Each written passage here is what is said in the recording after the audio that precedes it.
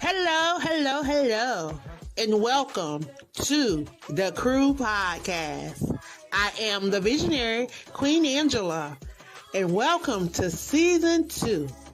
I want to thank you for tuning in and for all of your support throughout Season 1. We're back, them Divas of the Airwaves.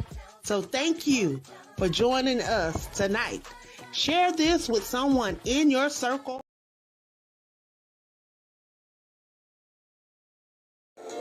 At Wings of Transformation Publishing, we are committed to helping our authors reach their goals and pursue their dreams of becoming published authors. We work closely with each author to ensure a successful publishing experience, and we are dedicated to helping them tell their stories in the most meaningful and impactful ways. We look forward to putting you on the path to writing your book. The book, A Song for Zipporah, written by David Harris, is a powerful historical fiction centering around the life and character of Moses' future wife Zipporah before they met. Book author David Harris brings the reader into the relationship between Moses and Zipporah, which was gradual and lush. The story unfolds beautifully when Moses finally asks Zipporah to marry him. Purchase your copy of the book detailing this authentic story, A Song for Zipporah by David Harris today. It's available online at Barnes & Noble and Amazon.com.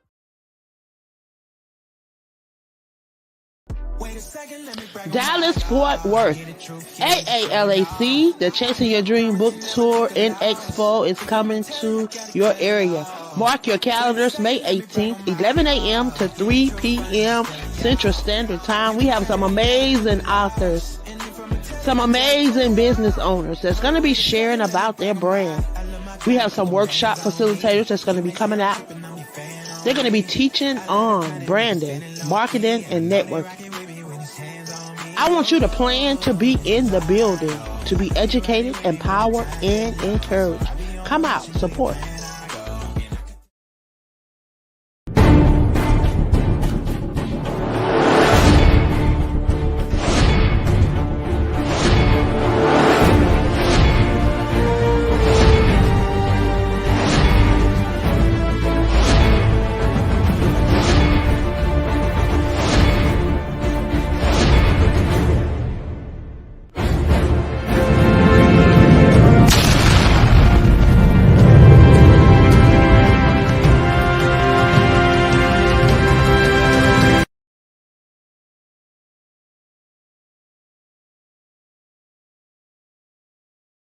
Well, hey, y'all, and welcome to season 2, y'all, of the Crew Podcast. Of course, I am the visionary, Angela Thomas Smith. I am the visionary of the Crew Podcast, and I am stepping in tonight on behalf of Natalie Harvey. Let's Chat with Nat is normally the show that would be airing on tonight, but she had a family emergency, so I will be sitting in for her on tonight. So I am waiting for my guests to show up so that y'all know I am on a kick where I am definitely trying to bring awareness to social injustice. So I am one of the co-founders of the Free Texas campaign. So I am trying to help shed some light on what is going on in the state of Texas, things that have been happening in the state of Texas for now 3 to 4 decades. So I am trying to expose some of these things. I have been doing some research, writing papers, and contacting different members of the judicial system, as well as those that are in position within the government that can help address these issues. So I definitely have been I've been on my grind, y'all. Been on my grind trying to bring awareness to some of the injustice that is taking place in TDCJ. So just on today, y'all, I received another phone call from one of the inmates telling me that another inmate found dead. This time, the ambulance, the EMT workers would not remove the body because the body had already already turned blue. So they would not remove the body. So the body is still there in the facility. They can't say that the person died on the way to the hospital this time or died in the ambulance because they died there in the facility.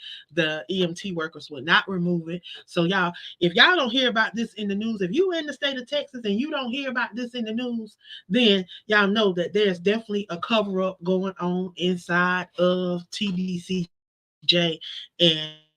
And I need you guys to be on the cues and help me to help bring awareness to what's going on inside of TDCJ, y'all.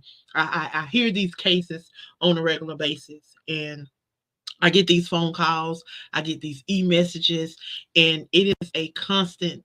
It is something constant. I'm waiting to get this phone call from one of the guys because he sent me an email and he told me he had some amazing news to tell me. Because what he's about to tell me, he said it's going to uncover a lot of things that has been going on at TDCJ, and he just thanked me for what all I have been doing. And y'all, I feel like I'm not doing enough because to me, I don't see change yet, but it's coming. I'm definitely going to keep sharing these individual stories. Going to keep being an outlet, keep being a platform for them to keep sharing their story and to keep bringing awareness to what's going on, because I feel like the state of Texas has truly let these individuals down. Because and if you go in some of these other states and you talk about some of the crimes that they have falsely accused some of these individuals with. Now, some of them, granted, they did do their crimes. Like I talked to an individual on yesterday. You know, he was 18 years old. He said he made a decision to get in a car with three other individuals. At first, he didn't. I don't know if he knew what they were going to do, but the fact that they ended up robbing someone ended up getting killed, and the sad part about it is he wasn't even the person that pulled the trigger, but he was the one that got the rough end of the deal. Like he's the youngest one. You talk about he was just I think he said 13 days of turning 18. He's only been 18, 13 days, and this happens, and he get the stiffest case out of all of them.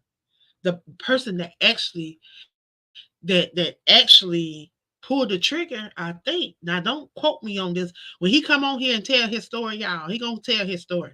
But one of the individuals did no time.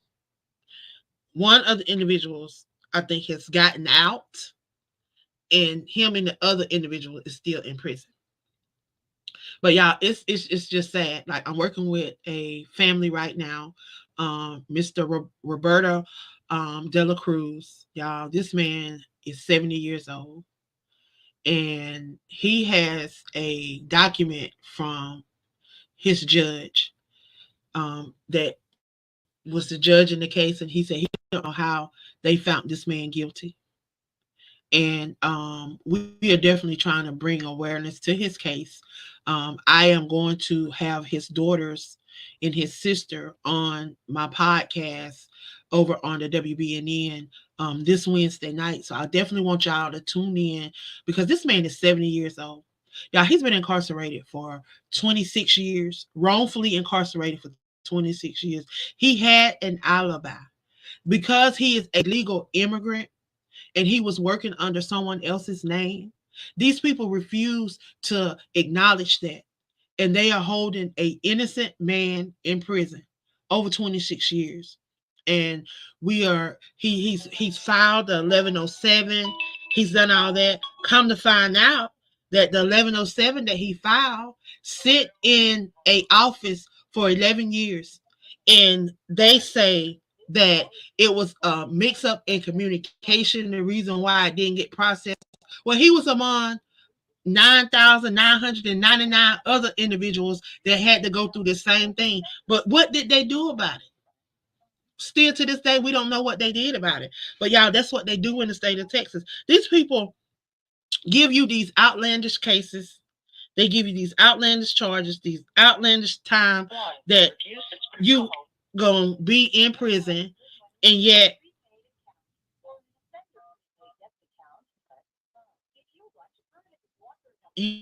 you, I don't know what's going on, but my guest was trying to call me. He's calling from the prison, and y'all know I don't. It for some reason it wouldn't allow me to accept the free call. See, they call free, but it would not allow me to accept a free call. It hung up. So maybe he'll call back. I don't know, but anyway, this man is 70 years old. He did not commit the crime. Evidence. I mean, they have a tape of him at work, but they refuse to accept this in as evidence. Not only that, um, they had asked for ballistics. They were going to pay for a a expert witness to test some things. They will not allow them to have expert witnesses. They use their own expert witness, which said that they couldn't be sure that what I mean. It was just it was just crazy. It was it's just a crazy situation. Just a crazy situation. Like I just don't understand. I truly don't. And then they say that the guy that actually did the killing committed suicide, and they wanted to get the gun tested that he committed suicide with, and they said that they couldn't be 100% sure that that was the gun.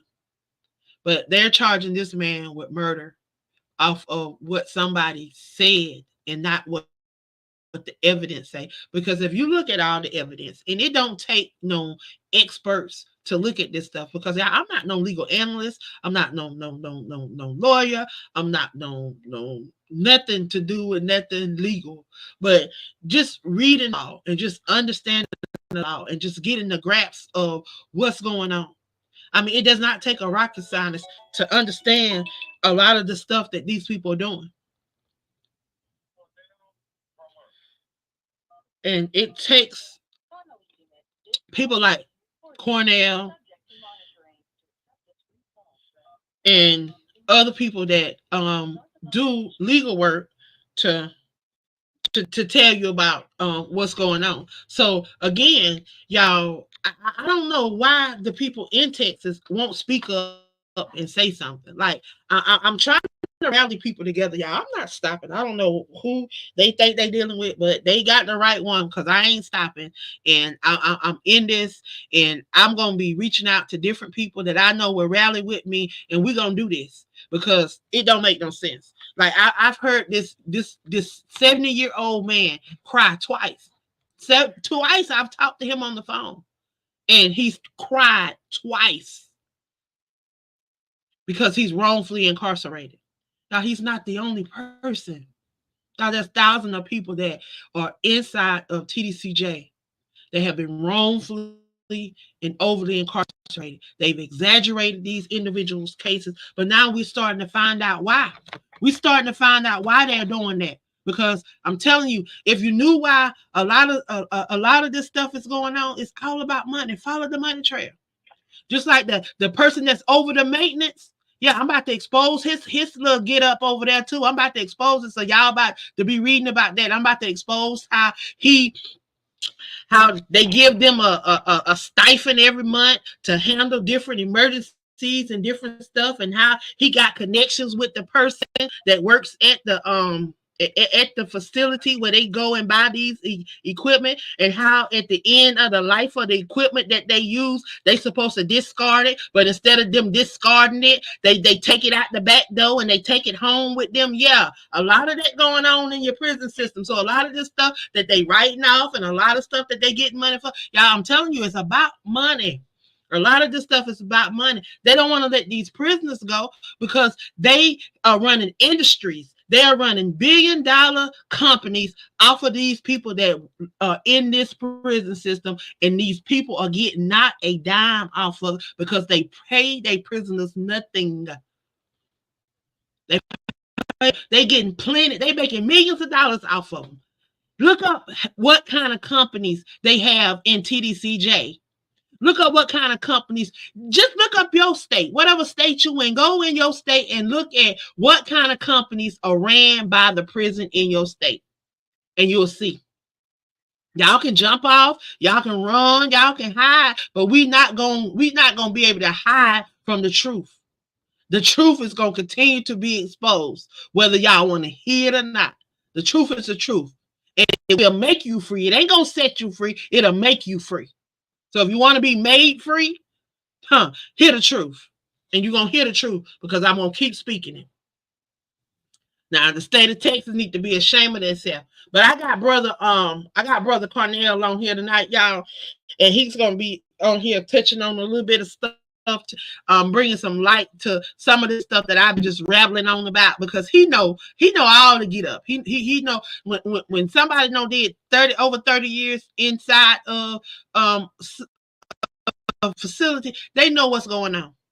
And he's not the only person. I'm talking about y'all. Every day I'm coming across people that's been in the prison system 25 plus years, y'all.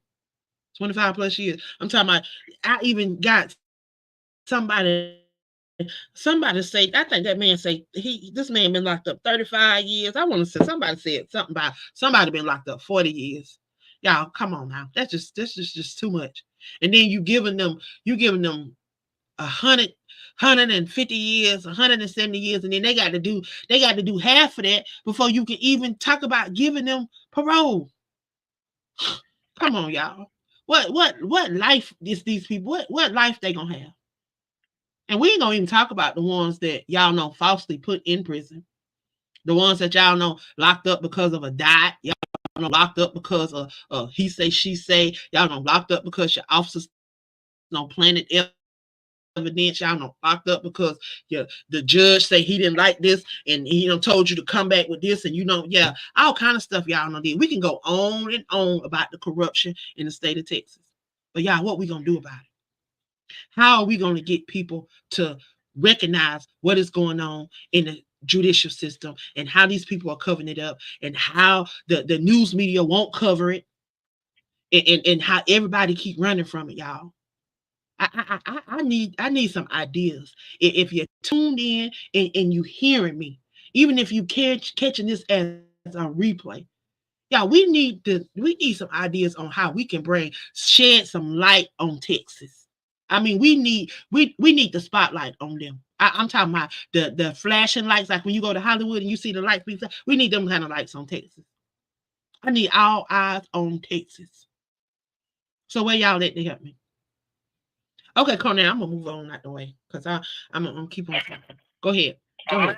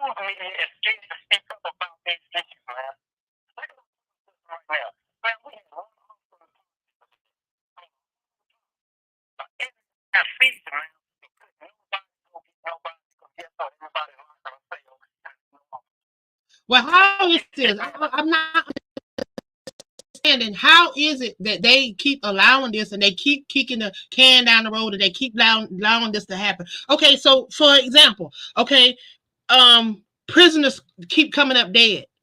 How do they keep allowing folks to keep dying on their watch and nobody is making a fuss about it? Nobody is making a big deal about the drugs that's within the prison system, the suicide rate that's within the prison system, all of these issues that's in the prison system. And then when you bring it to somebody's attention, so when you bring it to their attention, who's holding these people accountable?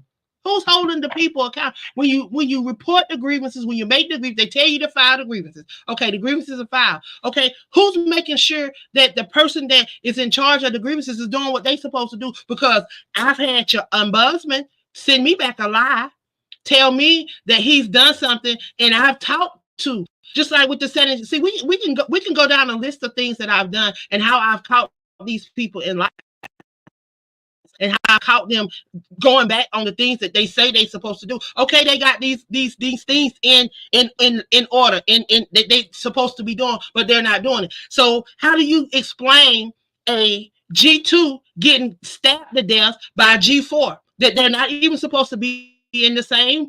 They're not supposed to be in the same facility. They're not supposed to be in the same area. So how do you explain that? How can that be explained? I don't care about the understaff and the overcrowdedness. It that's not the inmate's fault.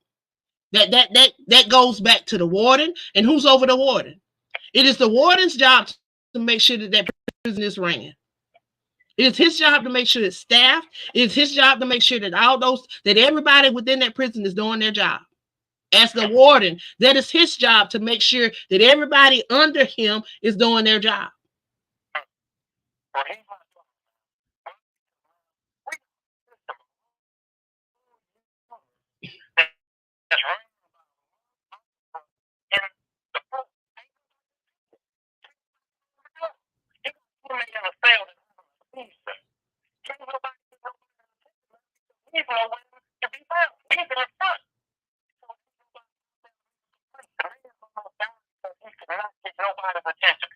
So when you complain and you ask them to run the tapes back, I've asked for them to run the tapes back and to see these things for themselves. I've asked for this. I just like I'm about to write another letter and talk about the death that has happened over in unit.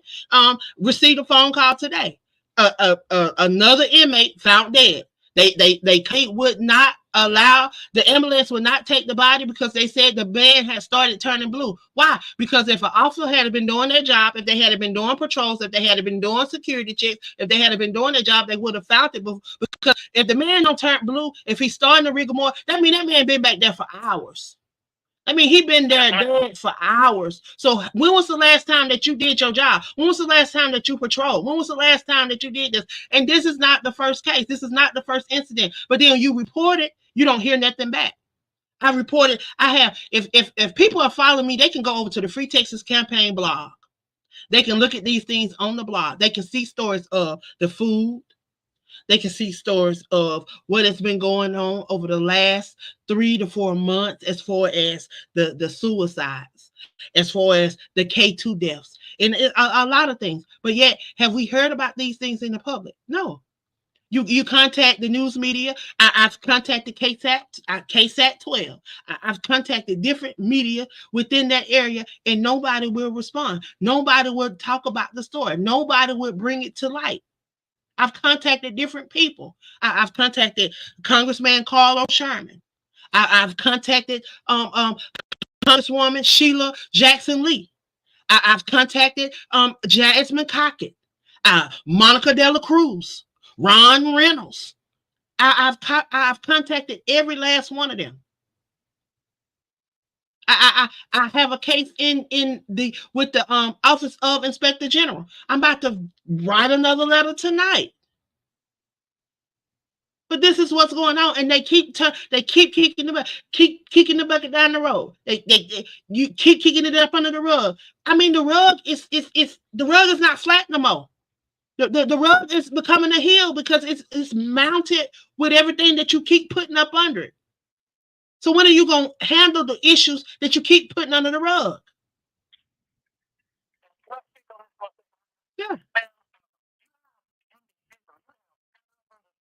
who have made parole already. Okay?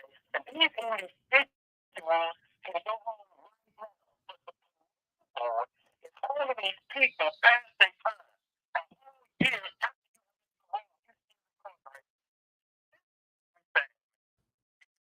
some inmates because they've been forced to serve for another year after making parole. So we're trying to figure out why is it that the parole board system now is holding these people past these gates and won't let nobody go.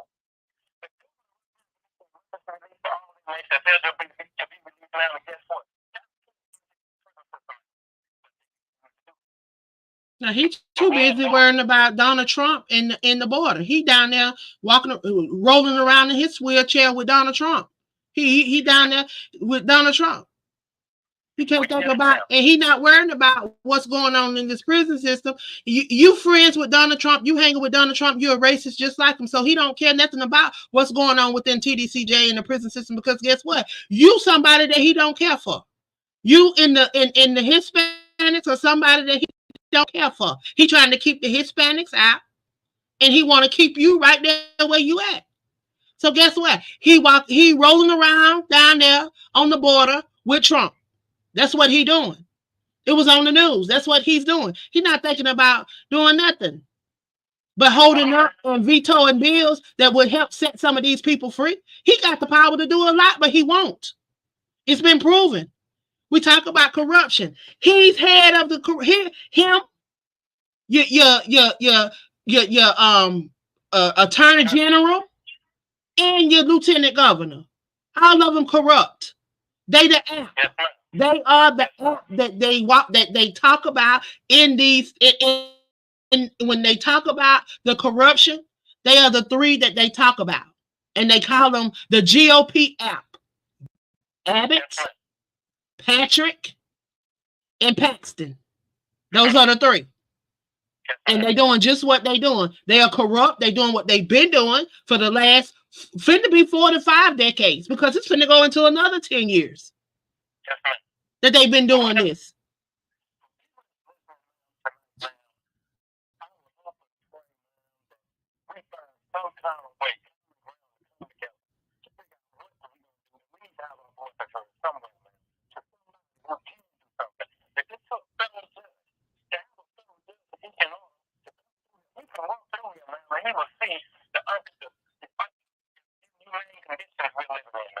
So how do we get a federal judge we can't even get we can't even get your state representative involved. We can't get your state representative. I've wrote several levels to state representative, and everything always come back. They don't have sufficient evidence, but they evidently not pulling on tapes. They don't want the body cams in the prison because too much would be exposed, because there was a law. There was a representative, Carl Sherman, had put it on, wanted it on the thing where they would have all the officers would have to wear body cams.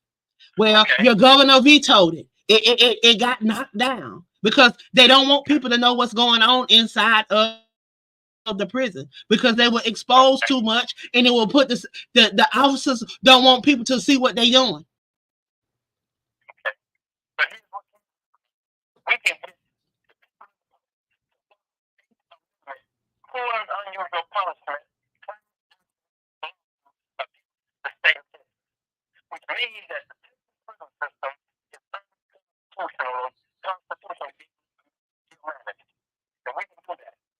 1983 will not do it.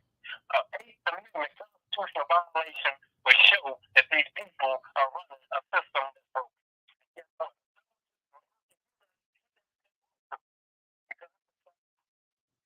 From the outside coming together, do what a federal judge, and have a federal judge to rule on a multiple class action law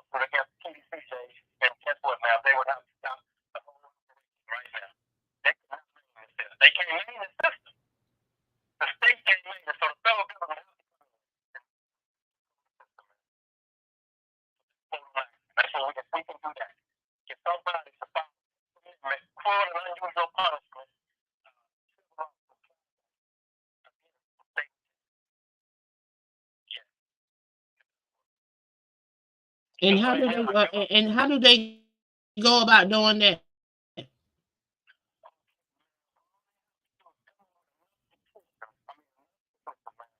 Okay, and they have to just take one application and fill it out as a class action and say Eighth Amendment, full and unusual punishment for all the prison inmates in the state of Texas for medical issues, food issues, sanitary issues, and all of that. Who is case was back in the 1980s, man. That's the same identical thing we need to do today.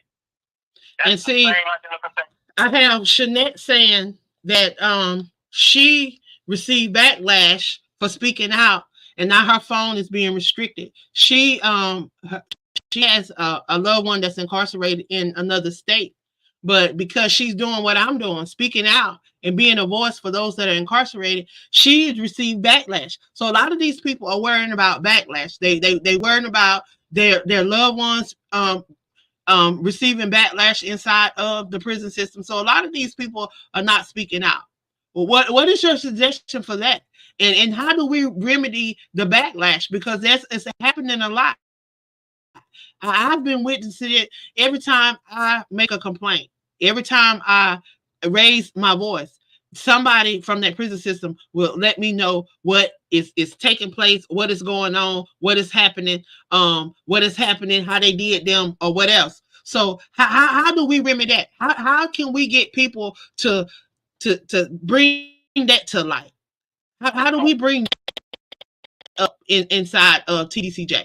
Because they say that it's not supposed to be no backlash, but yet I even hear the inmates talk about the backlash.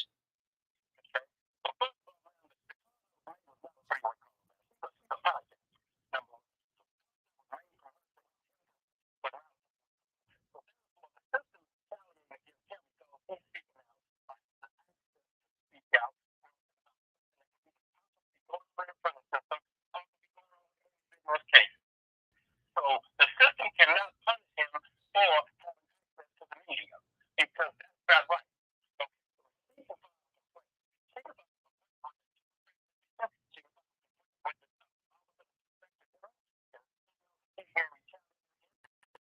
shot from her loved one because of the simple fact that this is her job. And you know, so she they was investigating. But who was them to be shouting against us, man? They wouldn't do that. Like we call it case. So different reaction. But this is why a lot of people don't want to get involved. They fear being against our officers about a state thing. And the parole board. Like right now, man, the parole board will keep kicking my can down the road because I have access to the media to be able to speak out about this type of stuff. So this is why we ask for people to come together. We ask for support, man, to speak out because they recording these conversations, man. And you can believe one thing, they turn these conversations over to the warden and everybody else because we speaking out about something that matters to us. So right now, man,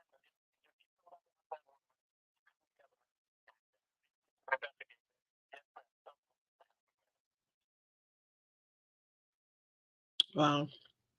Well, we working.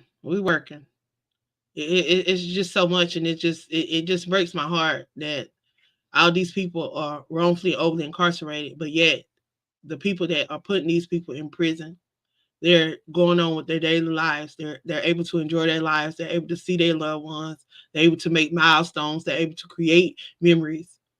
Yet you have people, individuals that have lost their lives behind prison walls that shouldn't even been in prison. And then you have individuals that have been traumatized from being in prison because I hear these stories of these youth. They've had to deal with stuff that they didn't never had to experience before. Some of them, this was their first case. So the trauma that these people have experienced, and then not having the proper food, not having the proper medical care, not having the proper mental health um services, just different stuff. But then they I just don't get it. I don't get it. I don't understand how the parole board can constantly give set offs and then not give a remedy, not give a action plan. If you're gonna set me off 5 years, then give me an action plan to work on so that the when I come up again in 5 years, we don't have to go through this again. Then I can get parole. Then you won't have to keep giving set offs. Then the prison will have to be overflowing, and then you won't have to keep getting these reports of people losing their lives. I mean, it's sad, and it's sad that the people in Texas are not speaking up. Not even in Texas, but it's like I care more about what's going on in that prison system than the people in Texas, and it's sad. I don't know how they can allow their family members to be incarcerated, wrongfully incarcerated, because of a black mark, a dot, and fabricated evidence, and people getting on the stand and lying, and you going by hearsay instead of going by the evidence, when the evidence will prove that these people are innocent. Jury examination and giving all white juries. How you gonna give me a all white jury when I'm black or Hispanic? That's not a jury of my peers. That's not a jury of my peers. A jury of my peers is someone that look like me. I'm black. And then not only am I black, I'm a woman. So if you're gonna give me a jury of my peers, then you need to give me some black women. So and that's just what just a tidbit of what has been going on within these prison systems, and not just in Texas. It's going on in Colorado. It's going on in California. It's going on in different places, and it's sad. But they can. Man, I don't get it. I just don't get it. And then we talk about the amount of money that come through this prison system. This is $1 trillion industry, y'all. It used to be $1 billion industry. Now it's $1 trillion industry. Look at all of the different companies talking about brand names. We're talking about brand names, y'all. Brand names. Brand names. You talking about Starbucks. You talking about Walmart. We're talking about Victoria's Secret. We're talking about the mattress companies. These are people that are making money through these different companies within the prison systems, not just in Texas, but all over. Y'all, and they're getting ready to build 31 more prison systems within the United States. One of the largest ones is going to be in Alabama. It's going to be $1 billion industry. Billion. Going to be a billion. It's going to cost them $2 billion to build, if I'm not mistaken. And then they want to build 2 facilities.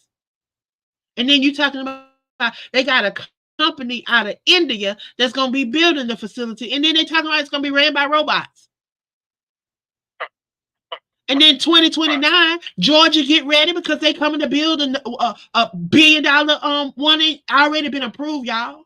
These things already been approved. How many of y'all knew this? How many of y'all knew that 31 new prison systems was getting ready to be brought up? But how many schools are they building? How many community centers are they building?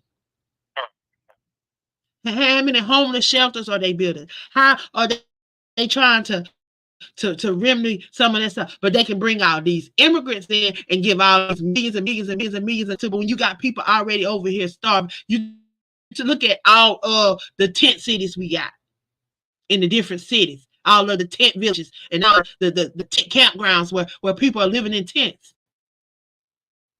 But we can afford to send billions and billions of dollars to other people out of the country when we're struggling here ourselves. But yet we can overly and wrongfully incarcerate. Man, these people know what they're doing. Y'all, it's time for slavery to truly end. It's time for them to get rid of the 13th Amendment. If y'all gonna, if you make them work, if you gonna force labor on them like that, then pay them. Pay them what you pay the people that really go and work these jobs. Because we know what y'all did, just like y'all did in Alabama. If Texas could do what they did in Alabama, they would do it. but they coming close. They coming close because from my understanding, they let they got inmates that drive trucks that can go out and do deliveries. Hmm. They got CDLs and get paid absolutely nothing. Yeah. And then you, man, I'm telling you, it goes on and on. But I understand.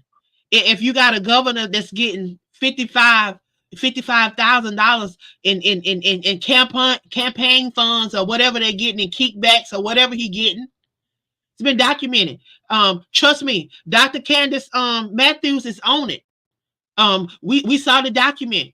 So trust and believe it's gonna be a lot of exposure because she loved exposing corruption in the state of Texas.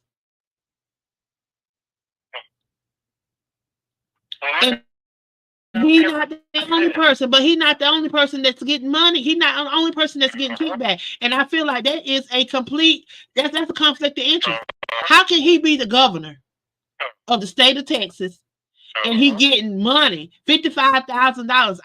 I took a screenshot of it.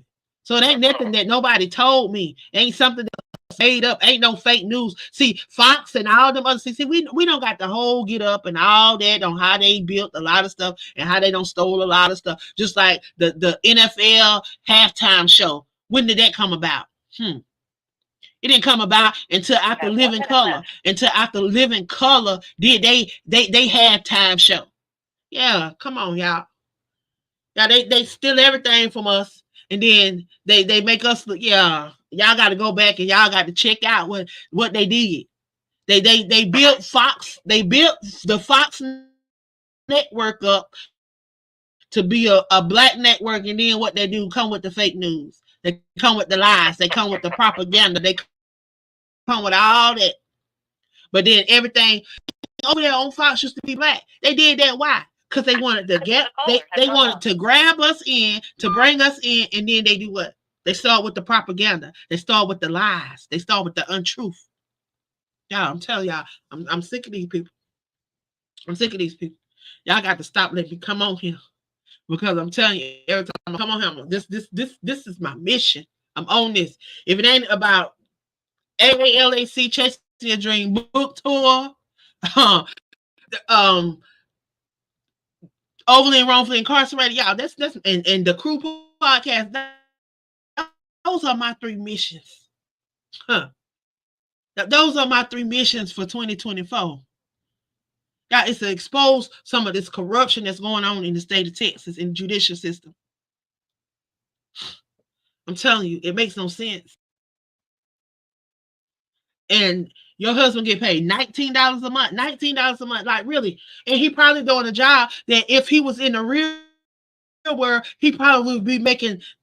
He probably be making 1,900, 19,000 a month, something like that. Man, please, probably making 1,900 a month, 22. Man, please, they killing me with that 19. What can you do with that? And then they jumping on and and sharing with me and um commenting and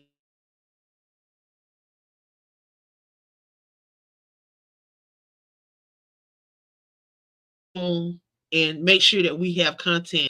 But I try to make sure that if if we are supposed to be on, that I come on and make sure that someone is on. So again, y'all, let's keep Natalie in prayer. I don't know what's going to. We are some believers over here. We pray and we just want to make sure that we keep her lifted in prayer. Um, Tomorrow, who will be on tomorrow? Let me see who's on tomorrow. Y'all know, of course, I am doing. Shanette is on tomorrow. Yeah. Hold on. It's March. I'm sorry. Yeah, Shanette is on tomorrow. Yeah, I was looking at the wrong calendar, but she's still on tomorrow. So I'm definitely gonna be tuned in tomorrow to her show. Like I said, she's gonna have. I think she said that guy got. Oh my God, it's gonna be 400 and. I met someone yesterday who was sentenced to life with 480 years. Oh my God! And then she's finna have somebody on her show, too, um,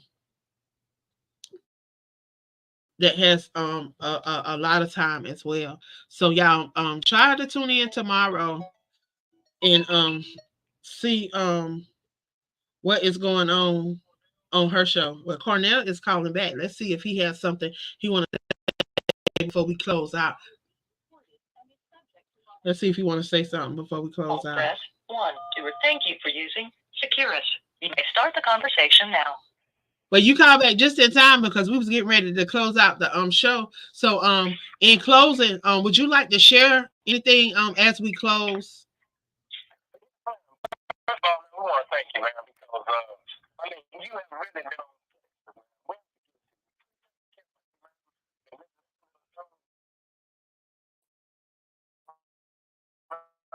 Continue this, man. A lot of people have gotten a lot of hope from you. I mean, man, people in dark places, people who have wanted to give up, people who have wanted to commit suicide. So we have to thank you, man, for reaching out to us and being very compassionate the way you have been and what you do, man. You know, in myself, with my own eyes. People that cry, mentioning your name and the hope that you give them. Man. And, you know, we need help, man. We need people to stand up for us, man, because we don't have nobody willing to stand up for us, but you're doing just that. We want to thank you very much for that. And if anybody's listening to this, man, it would be very, very, very appreciated if y'all come together, man. You know, what y'all can do to give us a voice, because we need one. Thank you very much, man. Well, thank you for stopping by and being the voice for those that are behind the walls of TDCJ. Y'all, every Monday I try to bring somebody on from within TDCJ. They may be in different facilities, but every Monday I try to bring somebody on. I dedicate Mondays to them from 12 noon till about 3 o'clock. I'm interviewing individuals that want to come on and share their story. Yes, some of them are innocent. Some of them did what they did, but the amount of time that they've given them in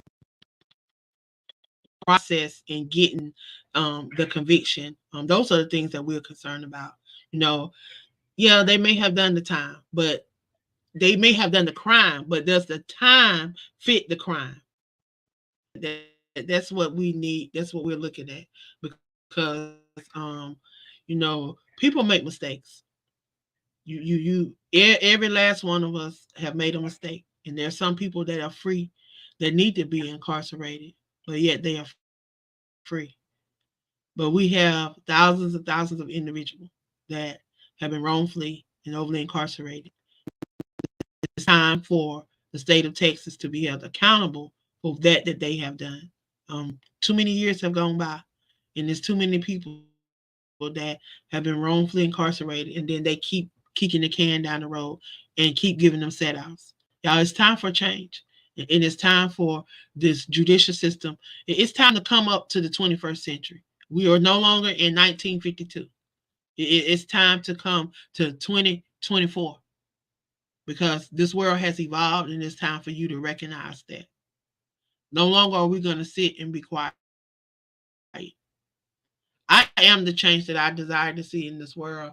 I want you to be that change too. So if there's something that tonight, I want y'all to definitely join me back here on tomorrow as I will be bringing y'all some amazing queens as I celebrate Women's History Month. And then tomorrow night, back here at 8 p.m., you will have Shanette. She's going to be on, Shanette Johnson. For Let's Talk About It. She will be on tomorrow night with her special guest. So y'all, please share this out in your circle of influence. if you would like to join me and support the Free Texas campaign, just reach out to me and see how we can connect, how we can work together. If you are in the state of Texas and you would like to partner with me, you would like to work with me, please reach out because I do need some voices. I need some people that will be boots on the ground, as Cornell would say.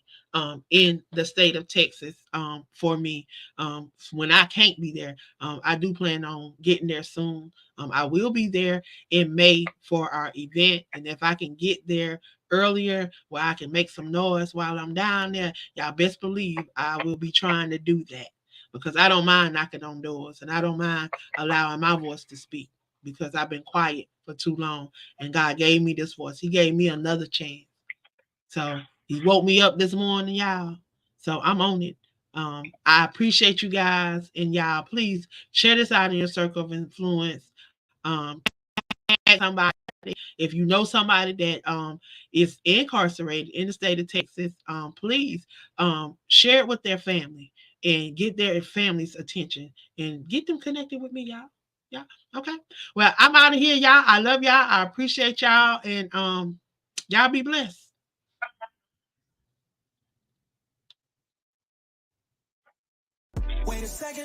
Dallas Fort Worth. AALAC, the Chasing Your Dream Book Tour and Expo is coming to your area. Mark your calendars, May 18th, 11 a.m. to 3 p.m. Central Standard Time. We have some amazing authors